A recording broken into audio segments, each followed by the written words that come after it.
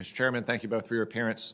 Secretary Wormuth, when you were here for your confirmation hearing, you agreed with me that the Army University Press should not remove the term Union Army from its publications. Have you had a chance to address that issue yet?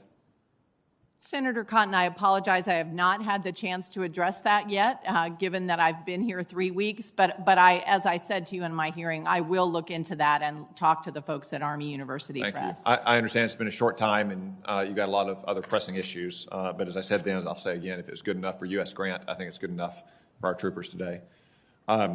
For both Secretary Wormuth and General McConville, I want to speak to you about the nearly decade-long effort to replace the Army physical fitness test with the Army combat fitness test to test our soldiers on physical fitness that is a bit more applicable to the task on the battlefield, also to make it gender neutral. There are reports of further combat fitness test redesigns and changing standards associated with the test that have made for a somewhat confusing story and heated debate.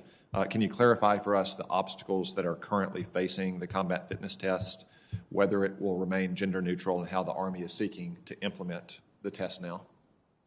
Certainly, Senator, and again, I would ask General McConville to build on my answer, but first of all, it's very important that we have our soldiers be physically fit for a demanding environment on the future battlefield, and one of the reasons that the Army has pursued the ACFT is to try to raise our overall fitness level while reducing injuries. So that was, the impetus.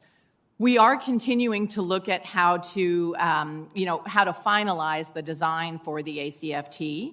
We are continuing to have gender-neutral standards.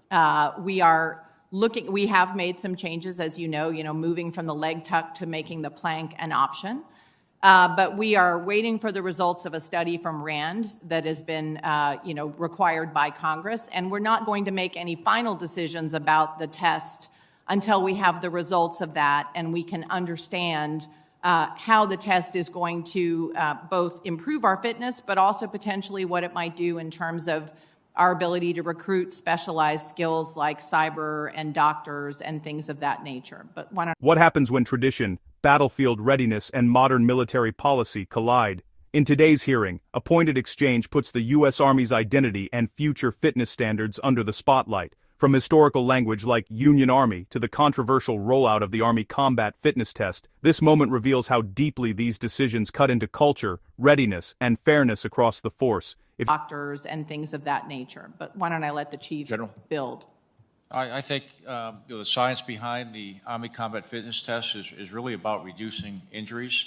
As we've taken a look at the Army Physical Fitness Test in fact, I was there when it was implemented, I hate to say, it was 40 years ago. And it's time to transform that test to take advantage of the capabilities we have today. As we take a look at it, as the Secretary said, we are examining the impact on the force. I took it last week for record. I think it's a good test. And what we want to do is move forward in implementation based on the study. And I think it's going to have a more fit force, which is something that we need as we move in the future. You want to share your score for the record? 478 for the record. That's good. I'm sure all your Joes around the world are going to try to beat that now. That's right. General, are you committed as well to maintaining gender neutrality on the test? I am. Is there any consideration to pegging scores towards branch or MOS? Well, I think the future, at least if I could make a recommendation in the future, is as we move to more of a talent management model in the Army. If you're Airborne Ranger, which is a fitness type organization, you're in the 101st Airborne Division, you're in the 82nd. Well, I would say from talent management, you want people with a certain level of physical fitness.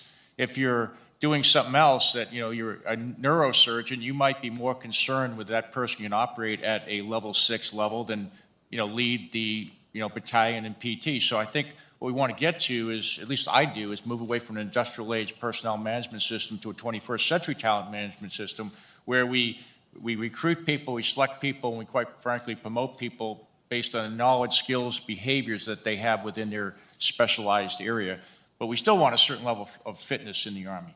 Yeah, I think the Army needs to consider that, loading around into a tank gun or a howitzer Has to be done whether you're a man or a woman. That's right. Requires a certain level of physical fitness, but that's a different level of physical fitness than it takes to be a flight surgeon or to be a cybersecurity specialist. If you enjoyed this video, please like and subscribe for more political insight.